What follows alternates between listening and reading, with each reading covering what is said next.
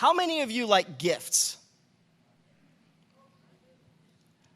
Okay, so now we're going to preach about lying today because we're not going to talk about... How many of you like gifts? There we go. I do too. How many of you like to be surprised with gifts? Me too. How many of you like to be surprised with gifts on a day that you're expecting, like Christmas?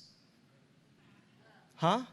Yeah, you're not expected to get a surprise gift on Christmas, but I want to tell you a real quick story about one of the strangest gifts I've ever gotten. And it was on a day that I expected to get a gift, but it wasn't a gift I expected to get.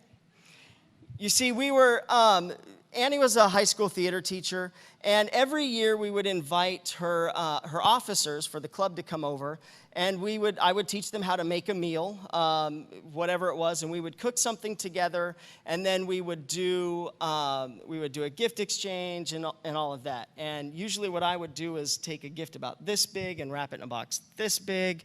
One time I actually put a 50-pound stage weight in the box.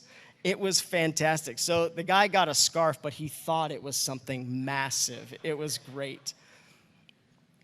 So we're at this Christmas party in 2013, and my Secret Santa comes up, and he hands me this bag, but he hands it to me with a frown.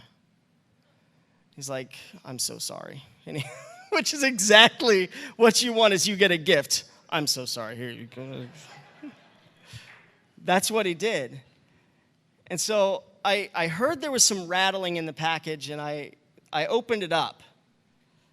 And it looked, this is not an exact picture, but it looked something like this. It's a broken duck. You see, there's a whole other story that maybe eventually you'll get to hear that involves a duck, which is why this guy was giving me a ceramic or porcelain duck. But he goes, "Angus, I'm so sorry. Like, on the way, I found this gift. I was so excited because I could afford it. And I wrapped it myself." This was a junior or senior. He goes, "I wrapped it myself, and I dropped it.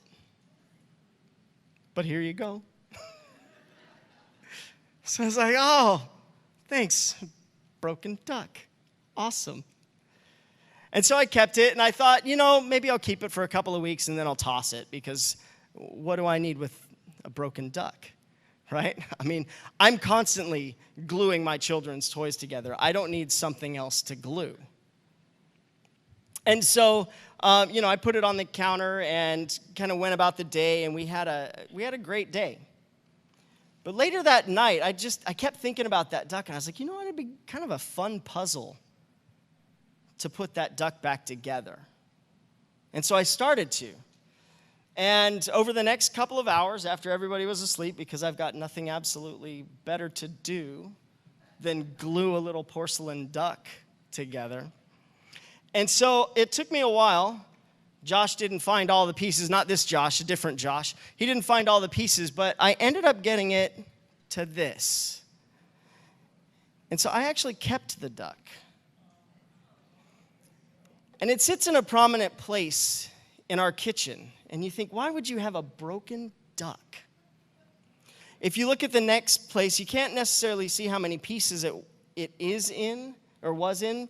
But when you do this, you can kind of see these are all the broken pieces that got put back together. See, the reason this duck is still in our house is because as I was putting it back together, God started to talk to me about it. Because when I saw it, I saw a duck that was broken that wasn't worth the time to fix. But as I started to glue the pieces together, I started to connect with this duck. Because God just started to minister to me about all the times that I've been broken. About all those times that I felt shattered. And He hasn't left me alone.